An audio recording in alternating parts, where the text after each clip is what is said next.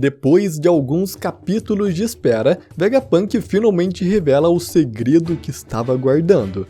O mundo inteiro de One Piece irá acabar. Além disso, Sanji começa sua batalha contra o Gorosei Espadachim. Então, se você quer saber de tudo isso e muito mais, então fica aqui comigo, que é isso que eu vou te mostrar agora.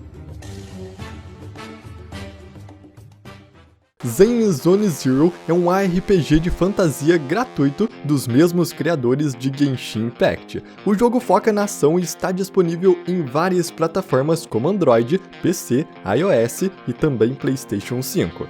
Os gráficos seguem um estilo anime com um mundo urbano futurista, onde você pode explorar a cidade, interagir com os NPCs e até mesmo com alguns animais do mapa, com uma trilha sonora que te faz imergir nesse mundo. O jogo se passa em uma metrópole pós-apocalíptica, onde algumas entidades invadiram o mundo humano por meio de portais e se tornaram um perigo para a humanidade. Porém, um grupo de resistência foi formado para lutar contra os invasores. Então a sua missão é explorar as dimensões alternativas de onde vieram as entidades. Os personagens de Zen Zone Zero são marcantes, cada um com suas características e poderes que os tornam únicos. Entre os personagens você vai encontrar Ben Bigger, que mais se parece um usuário de Zoando Urso. Também tem Von Lycaon, um meio humano meio lobo, que sinceramente é praticamente a versão Sulong dos Minks, entre vários outros personagens jogáveis. Então entre você nesse mundo, e faça o pré-registro agora mesmo de Zen Zone Zero no primeiro link da descrição. Mas com isso então, vamos agora para o One Piece 1113, chamado Beco Sem Saída. O capítulo começa exatamente onde o último parou, com Gorosei Mars entrando em Punk Records. Ao entrar, ele então encontra o que estava procurando, o Dendemushi que estava fazendo a transmissão do Vegapunk para o mundo todo. Porém, algo atrás do Dendemushi, naquela mesma sala, o deixa espantado. O Gorosei Mars vê um tanque gigante com o cérebro do Vegapunk dentro. O tanque está ligado a vários fios e máquinas e o cérebro ainda está vivo. Ficamos sabendo que pela fruta do cérebro do Vegapunk, quanto mais conhecimento ele adquire, maior o seu cérebro e a sua cabeça se tornam, ficando tão grande com o tempo que o Vegapunk mesmo decidiu separar ele do seu corpo, colocando o cérebro nesse tanque e ligando sua consciência a seu corpo por meio de uma antena que recebe ondas cerebrais. Assim, ele basicamente podia usar o seu corpo e o seu cérebro, mesmo os dois estando separados. O Gorosei Mars, ao ver o cérebro gigante vivo em sua frente, fica fascinado. Ele fala que mesmo o corpo do Vegapunk estando morto agora, aquela coisa ainda está viva, e se pergunta se aquilo era o verdadeiro Vegapunk. Com esse pensamento, o Gorosei Mars se pergunta o que significa a morte e onde realmente fica a consciência humana, insinuando que o Vegapunk ainda pode estar vivo apesar do seu corpo já ter morrido, já que o seu cérebro continua funcionando e é onde pode estar a sua consciência. E bom, isso é exatamente o que eu falei com vocês no penúltimo vídeo que eu fiz, onde eu teorizei que aquela coisa que o Vegapunk viu, na verdade era o cérebro do Vegapunk, e que ele ainda poderia estar vivo, porque o seu cérebro ainda continua vivo, e é ali que está sua verdadeira consciência. Então, para ele voltar à vida, ele apenas poderia conectar seu cérebro a algum outro corpo. Eu até falei que seria interessante ele conectar em um corpo ciborgue, assim como Frank, e é exatamente isso que vemos aqui. Tudo se encaixou perfeitamente e é muito provável que o Vegapunk volte à vida. Agora só falta a segunda parte da teoria que eu fiz se tornar realidade, que é ter um serafim de alguma lenda do passado, como o próprio Roger, por exemplo, protegendo seu cérebro, que seria libertado assim que alguma coisa ameaçasse a vida daquele cérebro. Mas agora é só esperar para vermos isso. O capítulo então continua nos mostrando um pouco da transmissão do Vegapunk e das ilhas ao redor do mundo reagindo a essa transmissão. Vegapunk Shaka diz na transmissão que falta apenas 30 segundos e que esse vídeo com certeza irá unir o mundo todo, mas que por causa disso também tem uma inconveniência. inconveniência. E ainda não é nos falado qual inconveniência é essa, mas vemos as pessoas ao redor do mundo todo reagindo ao vídeo. O primeiro é a terra natal do Sop, a Vila Syrup. Os moradores vão até a casa da Kaia para ver se ela tinha um Dendemushi de vídeo, mas infelizmente ela não tinha. Então todos terão que apenas ouvir o que o Vegapunk tem a dizer. Vemos também Crocus com Labum ouvindo a transmissão e também a cidade natal do Vegapunk, o reino futurista de Baltimore, onde um senhor diz que Vegapunk nasceu ali e que ele é o orgulho do reino. Outro morador pergunta se essa pessoa é a mesma do pesadelo de Baltimore, e o senhor responde que não, que esse é o Frank, aquele que virou um navio, por causa da sua nova imagem em sua recompensa. Vemos também o Reino Torino, o local em que o Chopper treinou durante o time skip, com os moradores de lá dizendo que Vegapunk pode ser o pai da ciência, mas seus conhecimentos foram usados para criar armas. Vemos até mesmo a ilha dos piratas Hachinosu, o território do Barba Negra, e dois piratas estão brigando, com um mandando o outro ficar quieto, porque o Vega alguma coisa vai falar algo importante. Voltamos então para Egghead. O Gorosei Mars se aproxima do Dendemushi que encontrou e que supostamente estava fazendo a transmissão e pisa em cima dele. Porém, apesar disso, a transmissão do Vegapunk continua. O Gorosei então percebe que aquele era apenas um Dendemushi comum e fica extremamente furioso por ter sido enganado, e com isso no mesmo instante ele se transforma na sua forma Itsumeiji e sai voando de lá o mais rápido que pode, porque os últimos 30 segundos já se passaram e Vegapunk está pronto para iniciar a transmissão.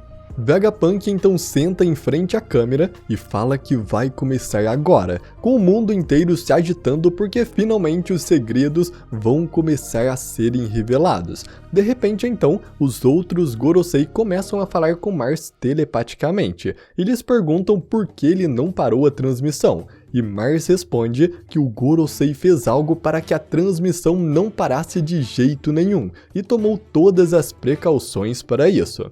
Mars diz que não tem ideia do que o Vegapunk vai falar, mas que a York lhe disse que ele teve acesso a todas as pesquisas de Ohara. Os Gorosei imediatamente então perguntam se o que ele está dizendo é que eles terão um segundo Clover, que sabe demais sobre o século perdido, ou se até mesmo o Vegapunk queira vingar o que aconteceu em Ohara. E dizendo isso, os Gorosei se lembram do Professor Clover, que estudando os livros de Ohara, descobriu sobre o antigo reino e até mesmo sabiam seu nome, e se lembram de que por isso eles foram obrigados a executá-lo.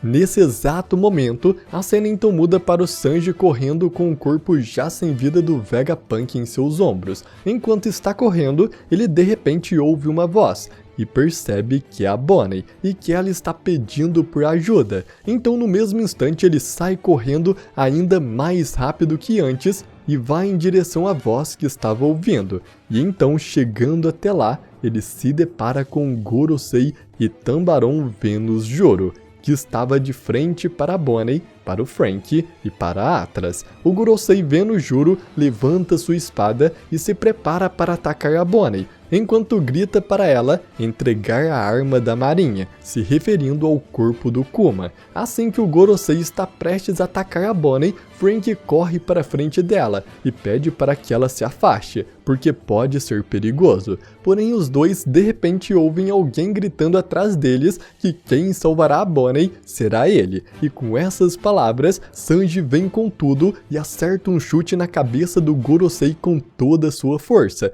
fazendo a cabeça do Gorosei se virar para trás, enquanto Sanji diz para ele não esperar o respeito só por ser mais velho. Mas nesse momento, a cabeça do Gorosei começa a soltar uma fumaça estranha e ele começa a se transformar, assumindo a forma de uma cabeça de um cavalo esqueleto. E com isso, assim que sua cabeça se transforma completamente, ele morde o Sanji que ainda estava no ar do último golpe e o prende entre os dentes. Bonnie, vendo isso, grita o nome do Sanji, enquanto Oimo e Kashi, os gigantes que tinham sido cortados pelo Gorosei há instantes atrás, se levantam do golpe. Eles então veem o Gorosei mordendo o Sanji e correm em direção a ele. o agarrando pelo pescoço e o segurando. Se aproveitando disso, Bonnie então usa sua habilidade de distorção do futuro, que permite ela envelhecer seu corpo como quiser em linhas do tempo paralelas. E desta vez, ela se imagina como um gigante, crescendo seu corpo e deixando ele até mesmo maior que o dos gigantes comuns. E com esse seu novo tamanho, ela pula e se prepara para pisar em cima do Gorosei. Enquanto isso, o Gorosei começa a se destransformar, voltando para sua forma humana. A cena então muda para a porta dos fundos do laboratório, onde Nami, Chopper, Usopp e Robin estão.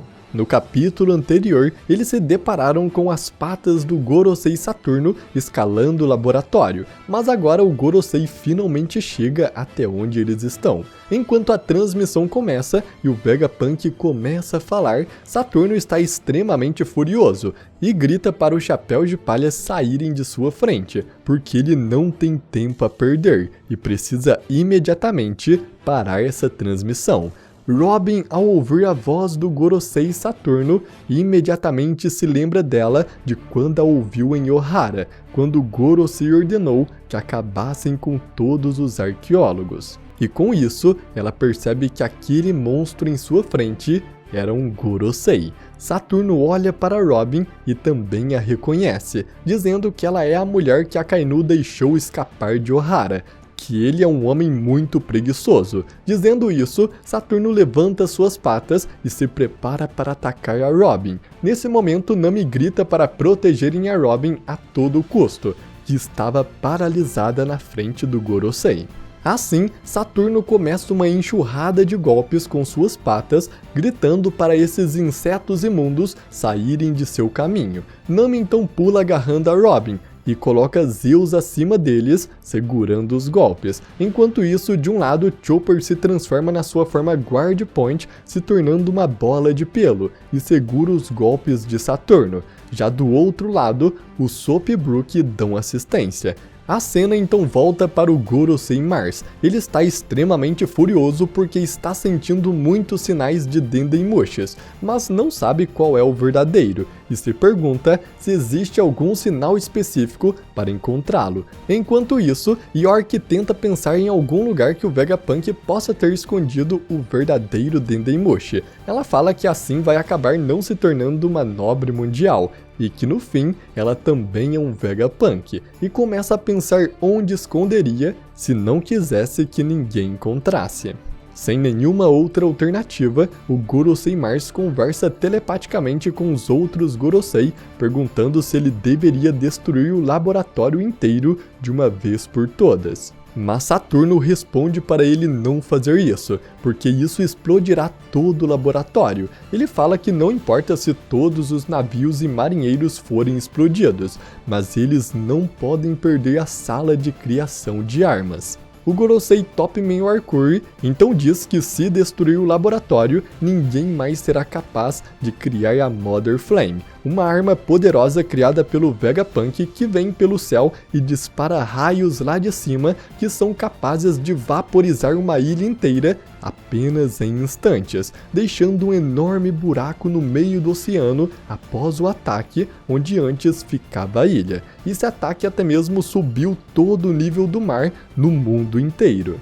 Mas voltamos então para a transmissão do Vegapunk. Ele finalmente começa a falar. Vegapunk diz que cometeu 2 pecados. Ele fala que esse vídeo foi programado para ser transmitido para o mundo todo no instante em que ele for capturado ou algo acontecer com seu corpo, como ele ter seu pescoço cortado ou uma parada cardiorrespiratória. Ou seja, esse vídeo iria começar assim que o seu corpo não estivesse mais vivo.